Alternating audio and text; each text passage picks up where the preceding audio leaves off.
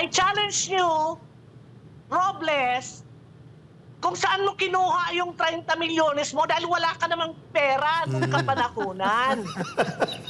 May tanong muna kami sa iyo, ma'am, habang itong video of greetings ni First Lady Elisa Araneta Marcos kay Mel Robles na chairman ng PCSO. Lumalabas, ma'am, sa datos ng SOSE, ng Pangulo ng Bansa, Statement of Campaign Expenditures and Contributions sa COMELEC after the elections in 2022, that Mel Robles was among the top donors for the campaign fund of the President. More than 30 million or almost 30 million ang kanyang naipasok sa pondo sa kampanya ni Marcos, na hindi naman natin alam na si Mel Robles ay isang buena pamilya na super milyonaryo para mag-produce ng ganitong mga pondo at biglang nagkaroon siya ng posisyon sa PCSO. How do you link that kind of analysis sa isang posisyon na talagang pinaghandaan para mapasok dyan sila Mel Robles? Go ahead po, Ms. Sandra Ka. Yes, Eric and Ma'am Lorraine, this is like this. Yung 30 million, alam namin yon na naglagay siya ng 30 million as contribution for the campaign fund of the President. Hindi naman siya milyonaryo.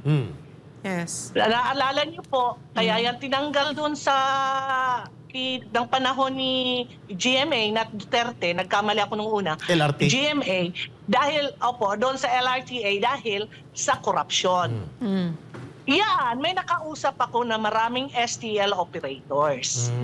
Bago daw yan, nangangampanya pa lang, ay prinumisahan sila na ipapasok ko kayo dito sa STL, basta maglagay kayo ng tagpa 5-10 million each. Wow. Dahil sigurado namang mananalo at ako ang magiging general manager. Ako nang bahala sa inyo.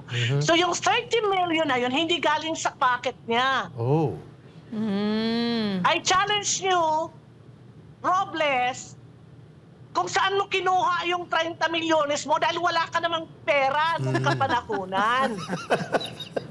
Isa ka din, nakikita kita, nandiyan ka lang sa mga lobby ng hotel, ang mga kausap mo ay mga hindi naman, mga pipitsugin din.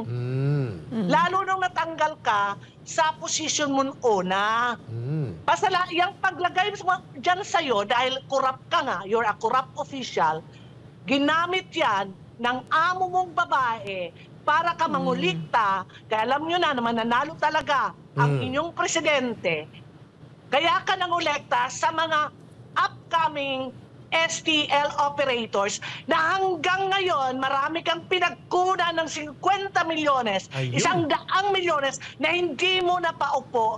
Kaya nagsisingil sa'yo, hindi mo na ibabalik. Wow. At ang kayabangan mo ay hindi ka kayang tanggalin sa PCSO dahil napakalapit mo sa First Family. Ma'am Sandra, so, excuse. yan po ang totoo.